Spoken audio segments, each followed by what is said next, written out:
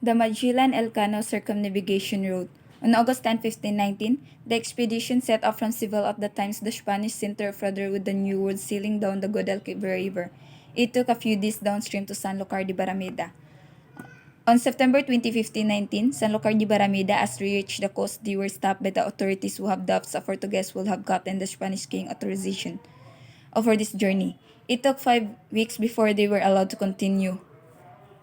Rio de Janeiro Bay or Santa Lucia Bay, today one of some South America's highlight and easily accessible by bus or plane from Recife in 1519. January River was but a huge bay home to the native Brazilian fishing strike discovered by Europeans in 1502. A French expedition tried to found a city on an island at this bay almost half a century later.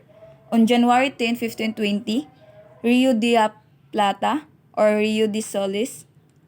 In early January, the ship arrived at the River Plate and spent a few weeks exploring the region, hoping to find a passage to what is now known as the Pacific Ocean. There is a legend that the Orgayon capital of Montevideo got its name from one of the members in Magellan expedition exclaiming, "Montevideo," or Latin, "I see a mountain." On March 31 to August 24, 1520, Fuerte San Julian or Patagonia. With the southern winter approaching, the expedition decided to overwinter in a place Magellan named Fuerte San Julian, today a town of about 6,000 inhabitants.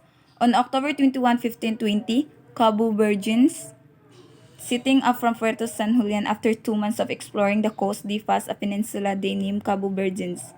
The southeastern tip of today's Argentina, Patagonia, they then entered what today is known as the Strait of Magellan's. Originally, they named it Estrecho de Todos los Santos All Saints Strait or Strait of Magellan. And then they passed Sharks Island and San Pablo Islands. And then on November 28, 1520, 2 days later, they arrived at the Humunhun Island, just south of Guam. Unlike on Guam, they were warmly welcomed by the natives who brought them fresh food, spice, and wine. On March 28, 1521, Limasawa, sighting southwest, they arrived at the island of Limasawa, where the slave Enrique Magellan expedition was able to communicable with the locals. On March 31, the first mass in the Philippines was held there.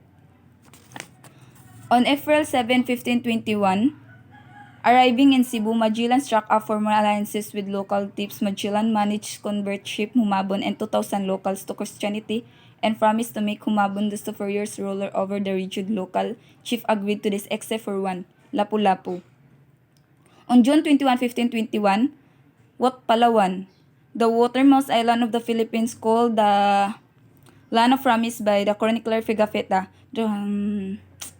And on August 17, September 21, 1521, Brunei, the expedition reached Brunei and stayed there for 35 days. They were impressed by the wealth of the Raha, whoever wasn't interested in their goods.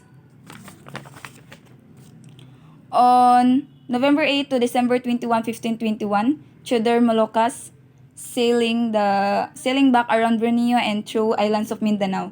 The expedition, now consisting of 115 men and 2 ships, finally reached the Spice Island about 2 years and 2 months after they left Spain. On December 29, 1521, Ambon Island, Victoria made a final step in the Spice Island. Ambon Patimota Air Ferry is a short plain half away from Ternate. On January 25, 1522, Timor, Victoria made a final stop. It's not clear when on islands Lipier, heading southwest into the Indian Ocean. On May 19 to 22, 1522, Cape of Good Hope, the crossing of the Indian took a toll on the crew, just like the crossing of the Pacific. Victoria started talking in water. On July 9, 1522, Santiago, Cape Verde, from Africa's southwestern tip, they sailed north along the Left Asia. On September 5, 1522, Sanlúcar de Barrameda. About 3 years after learning, the expedition consisting of just 1 ship and a crew of 18 arrived in Spain. And September 8, 1522, Seville, sailing up on the Guadalquivir River. They reached Seville on September 8, 1522. Elcano and the survivors were hailed as heroes. Fly from Praia to Lisbon and take a plane or bus to Seville, with or without a side trip to Sanlúcar de Barrameda. Thank you.